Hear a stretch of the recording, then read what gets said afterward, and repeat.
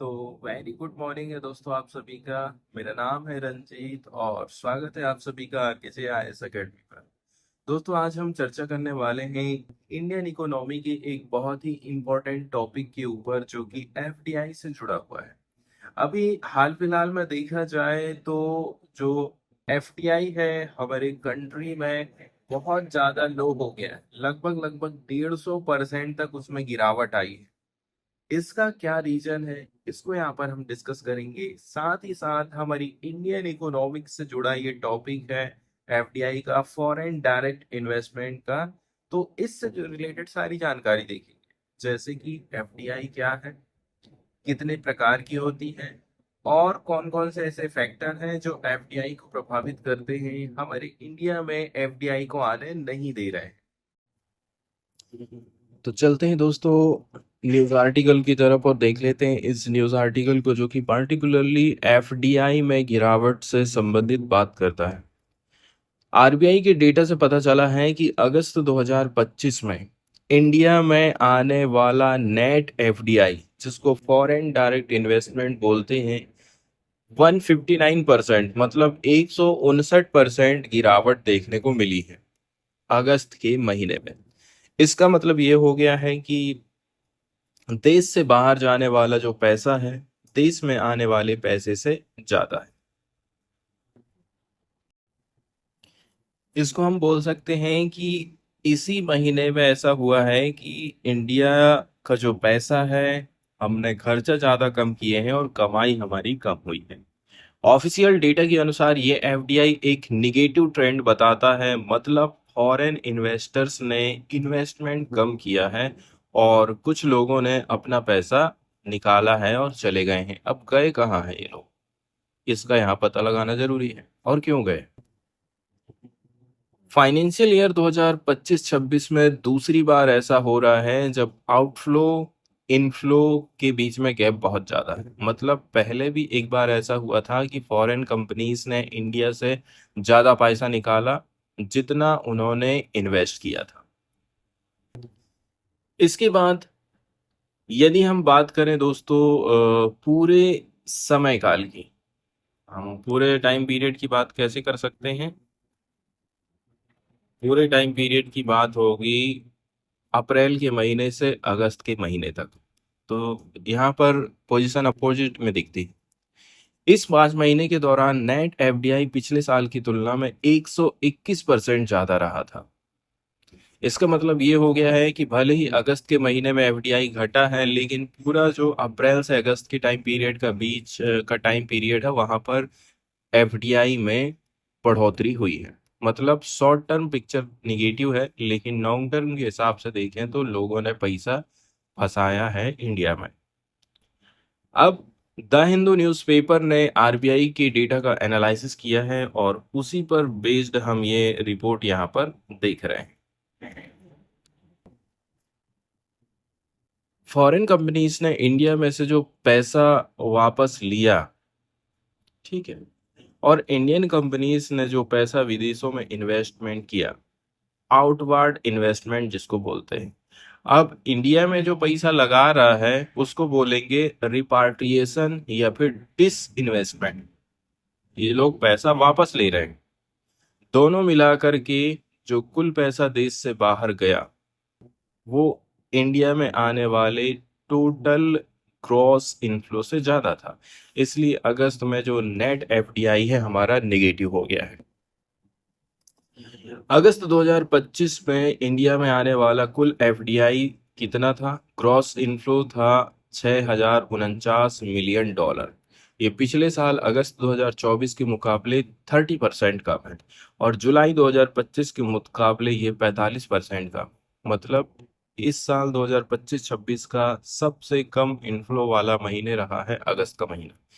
ये दिखाता है कि फॉरेन इन्वेस्टर्स का कॉन्फिडेंस थोड़ा कम हो गया है, इंडिया में पैसा फंसाने से डर रहे हैं। अगस्त 2025 में फॉरेन कंपनीज ने इंडिया से लगभग 4,928 मिलियन डॉलर पैसा निकाला है। इसमें दोनों चीज है, रिपाट्रिएशन प्लस डिसइन्वेस्टमेंट। ये अमाउंट पिछले साल अगस्त 2024 से 5% कम है। मतलब थोड़ा इम्प्रूवमेंट जरूर हुआ है।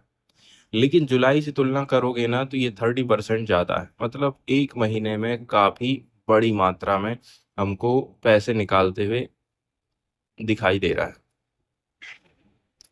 इससे पता ये चलता है कि कुछ कंपनीज ने हाल ही में अपने रुपए पैसे यहाँ पर डाला है, ठीक है। इसके बाद पैसा निकाले या फिर प्रॉफिट वापस अपना भेज दिया अपने कंट्री में। इंडियन कंपनीज ने जो विदेशों में पैसा इन्वेस्टमेंट किया है, ठीक है, जिसको आउटवार्ड एफडीआई बोलते हैं, वो अगस्त 2025 में 1736 मिलियन डॉलर रहा, ठीक है। मतलब इंडियन कंपनीज ने जो विदेशों में पैसा इन्वेस्टमेंट किया था अगस्त के महीने में 1736 मिलियन डॉलर है। जबकि हम पिछले महीने यदि देखेंगे ना कुछ महीनों का डेटा तो वो 29% का, मतलब इंडियन कंपनीज ने भी बाहर इन्वेस्टमेंट कम किया है। अगर कुल हिसाब से देखा जाए तो ग्रॉस इनफ्लो है ना और टोटल इनफ्लो के बीच में जो गैप है, तो अगस्त 2025 में net FDI minus 616 million dollar रहा। मतलब निगेटिव पैसा बाहर ज्यादा गया है।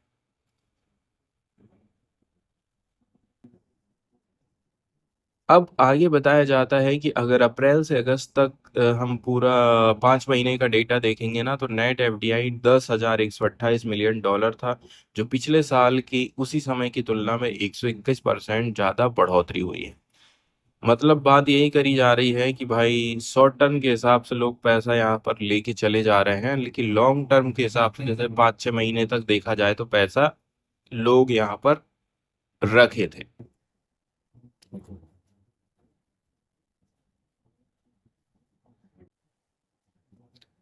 कंपटीशन एग्जाम के पर्सपेक्टिव से देखा जाए इंडियन इकोनॉमी से डायरेक्टली ये टॉपिक जुड़ा हुआ है। यूपीएससी ने भी 2013 से कंटिन्यू इसके ऊपर क्वेश्चन बनाए हैं मेंस के लिए, इसलिए यहाँ पर एफडीआई के बारे में चर्चा करना जरूरी हो जाता। सबसे पहले तो हमें समझना है कि एफडीआई आखिर होता क्या है। मतलब यहाँ पर हम एफडीआई की डेफिनेशन या फिर परिभाषा देखने वाले हैं।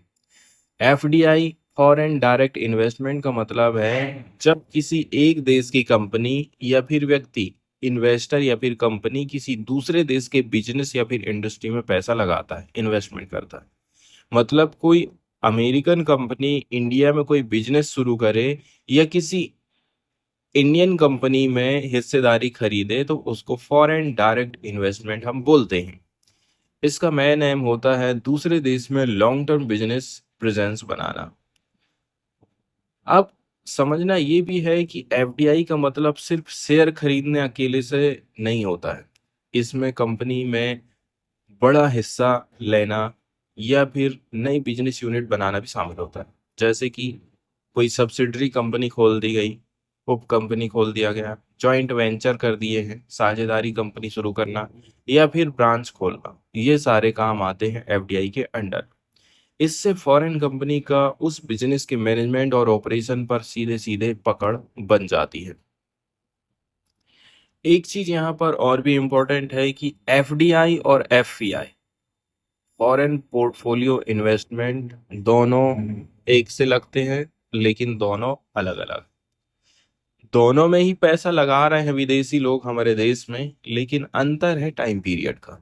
एफडीआई में इन्वेस्टर लंबे समय तक बिजनेस चलाते हैं, मैनेज करते हैं, इसमें उनका इंटरेस्ट रहता है। जबकि जो फॉरेन पोर्टफोलियो इन्वेस्टमेंट रहता है इसमें पैसा लगाने वाला व्यक्ति सिर्फ शेयर खरीदता है, बॉन्ड खरीदता है और उसको बेचने जाता है। मतलब कम रेट में खरीदेगा और जैसे ही रेट बढ़ेगा उसको बेच देगा। शॉर्ट टर्म के लिए वो प्रॉफिट कमाता है।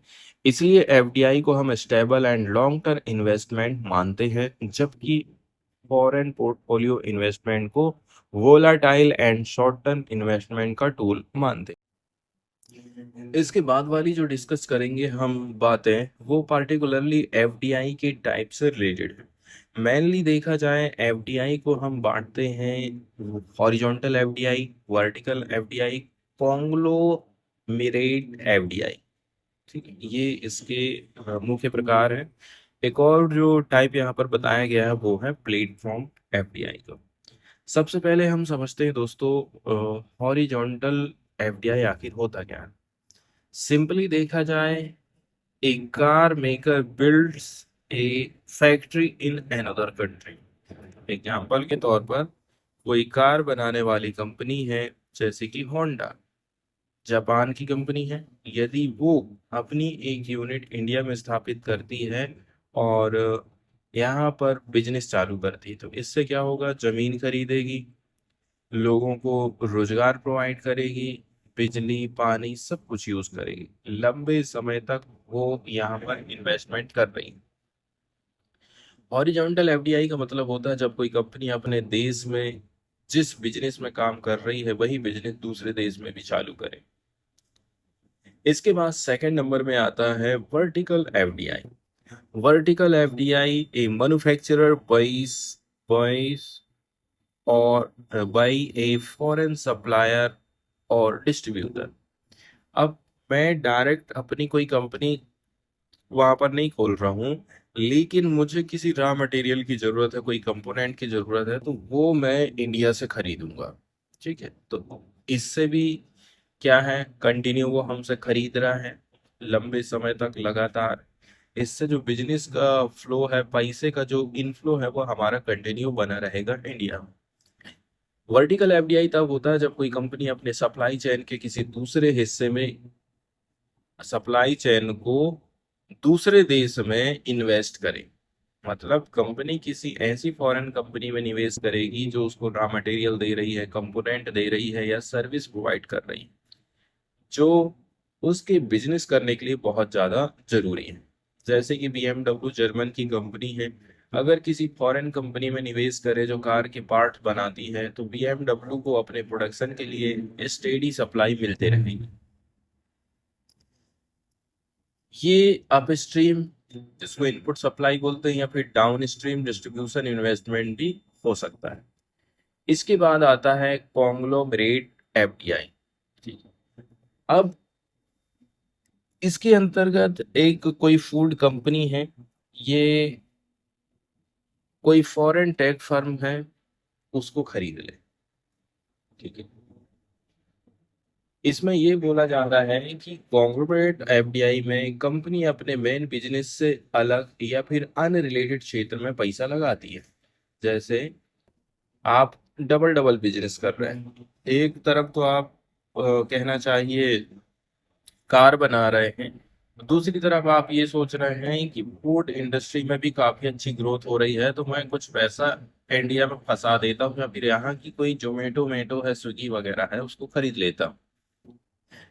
अब एग्जाम्पल के तौर पर इसमें इन्वेस्टर कंपनी को नए फील्ड का अनुभव नहीं होता है, इसलिए अक्सर ये जॉइंट वेंचर के रूप में किया जाता है। अब दिक्कत यही है कि मेरे को फूड इंडस्ट्री का कोई अनुभव नहीं था, इससे अच्छा है कि मैं जॉइंट वेंचर के रूप में काम करूं। मतलब जैसे कि पहले हमारे देश में जो इन्वेस्टमेंट आता था, जॉइंट वेंचर के रूप में ही आता था, डायरेक्ट अलाउ नहीं किया जाता था। क्योंकि डायरेक्ट अलाउ जब हम किए थे अंग्रेजों को, तो उन्होंने हमारे देश में कब्जा चालू कर दिया था। नया नया देश आजाद हुआ था, तो हम लोग ये नहीं चाहते थे कि फिर से भारत गुलाम हो जाए किसी बड़ी कंपनी का। और कंपनियों के बारे में तो आप अच्छी तरह से जानते हैं, कंपनियां आज इतनी ज्यादा पावरफुल हो गई हैं कि वो किसी देश की इकोनॉमी से ज्यादा कमाने लग गई, डायरेक्टली वो सरकार को प्रभावित करती। अब जो अगली चीज हमें समझना है वो है एफडीआई की मेथड्स। सबसे पहले तो समझते हैं ग्रीनफील्ड इन्वेस्टमेंट क्या होता है। ग्रीनफील्ड इन्वेस्टमेंट का मतलब होता है फॉरेन कंपनी किसी देश में बिल्कुल नई कंपनी या फिर यूनिट चालू करेगी। इसमें सबसे पहले तो उसको जमीन चाहिए, बिल्डिंग बनाना है, फैक्ट्री खड़ी करना है, स्टाफ चाहिए। अगर टोयोटा इंडिया में नया मैन्युफैक्चरिंग प्लांट बनाएगी, तो ये ग्रीनफील्ड एफडीआई है। इससे कंपनी को पूरा कंट्रोल मिलेगा, वो मैनेजमेंट भी करेगी, डिजाइन भी करेगी, ऑपरेशन सब कुछ उसी के हाथ में रहेगा। लेकिन रिस्क और कॉस्ट भी ज्यादा बढ़ जाती है क्योंकि सब कुछ नया नया है। इसके बाद अगला जो इन्वेस्टमेंट है वो है ब्राउनफील्ड इन्वेस्टमेंट। इस इन्वेस्टमेंट में फॉरेन कंपनी पहले से चल रही लोकल कंपनी को ही खरीद लेगी या फिर उसके साथ में मर्ज हो जाएगी। इसमें एग्जिस्टिंग इंफ्रास्ट्रक्चर जैसे कि फैक्ट्री, स्टाफ या फिर सिस्टम का यूज होता है। नया बिजनेस सेटअप हमको बनाना नहीं पड़ेगा, मतलब खर्चा हमारा कम हो जाता है। इसके बाद कुछ और बातें हैं जिनको यहाँ पर हमें समझना जरूरी है, वो ये चीज सबसे ज्यादा इम्पोर्टेंट है। कौन कौन से फैक्टर हैं जो कि हमारे देश में एफडीआई को आने नहीं दे रहे हैं। ठीक है, सबसे पहली बात तो ये है, एफडीआई तभी आएगी जब हमारे देश में स्किल्ड लेबर हो। कंपनी को चलाता कौन है? वहां के वर्कर चलाते हैं। वर्करों के पास में यदि स्किल की कमी है तो उसको कहीं दूसरे देश से वर्कर लाना पड़ेगा।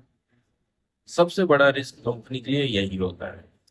दूसरी चीज देखती है कि भाई यहाँ पर सुविधा कितनी है। जैसे कि मैं कोई भी बिजनेस खोलना चाहता हूँ, तो सबसे पहली बात यह है, हम लोगों के लिए है कि हमारे पास में सबसे पहले सोचते हैं कि पैसा है, पैसा है तो हम ही बिजनेस के बारे में सोचेंगे, नहीं तो नहीं सोच पाएंगे। दूसरी बात, मेरे को ये देखना है कि मैं आखिर खोलूँ कहाँ पर।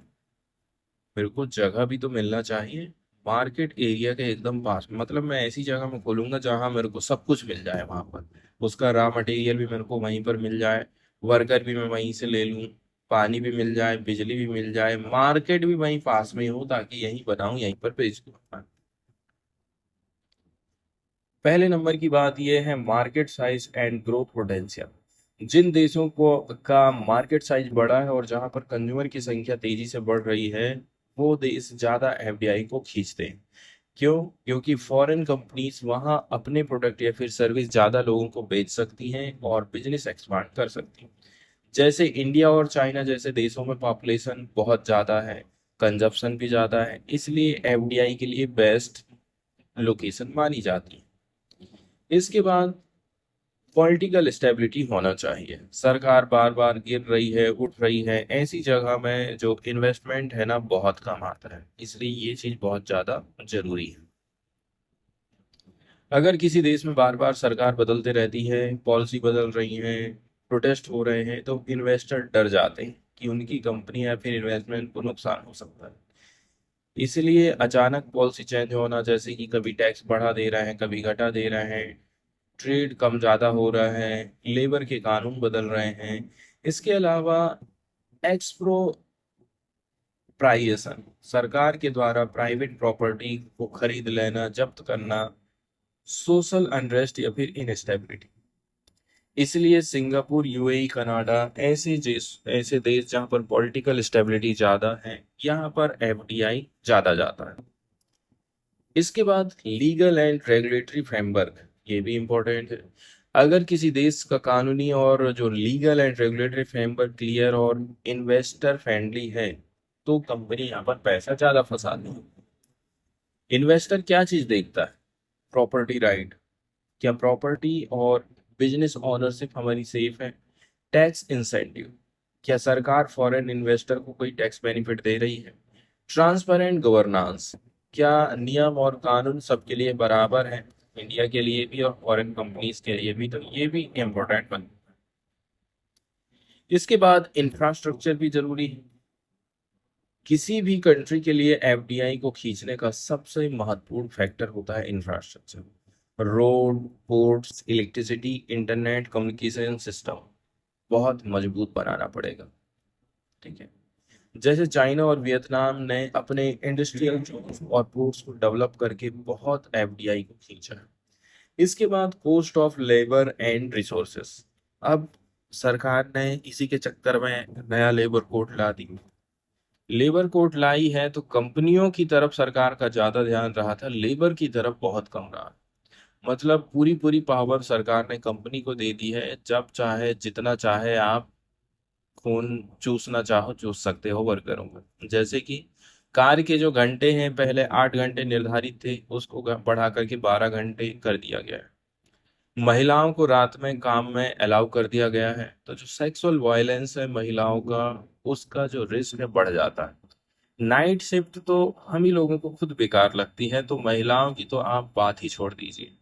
इसमें क्या है, जबरदस्ती कंपनी प्रेशर डालेगी नाइट में बुलाने के लिए। किसी को परेशान करना है, कुछ करना है, तो बोलेगी कल से नाइट शिफ्ट आना। इसके अलावा हड़ताल से रिलेटेड हमारे जो अधिकार थे उसको सरकार ने कम कर दिया है। मतलब सरकार चाहती क्या है? खाली कंपनी कंपनी कंपनी, इन्वेस्टमेंट, पैसा, नोट, बस।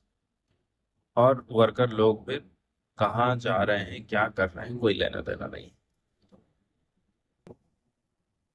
अब बात करते हैं ईज ऑफ डूइंग बिजनेस की। ईज ऑफ डूइंग बिजनेस मतलब किसी देश में बिजनेस शुरू करने और चलाने की जो प्रक्रिया है कितनी आसान है। रजिस्ट्रेशन करवाना है, टैक्स फाइलिंग करना है, परमिट लेना है, लैंड एक्विजिशन करना है, पैसा कमाया हूं तो फॉरेन में वापस भेजना है। ये सारी प्रक्रिया सरल और डिजिटल होना चाहिए, बस एक बटन दबाते ही, क्लिक करते ही काम खत्म। जैसे सिंगापुर, यूएई, न्यूजीलैंड में होता है। High ease of doing business ranking के कारण एफडीआई बहुत ज्यादा ये देश खींचते हैं। इंडिया ने भी अपने रिफॉर्म से एफडीआई इन्फ्लो बढ़ाया है, जैसे कि online approval, single window clearance and GST के माध्यम से।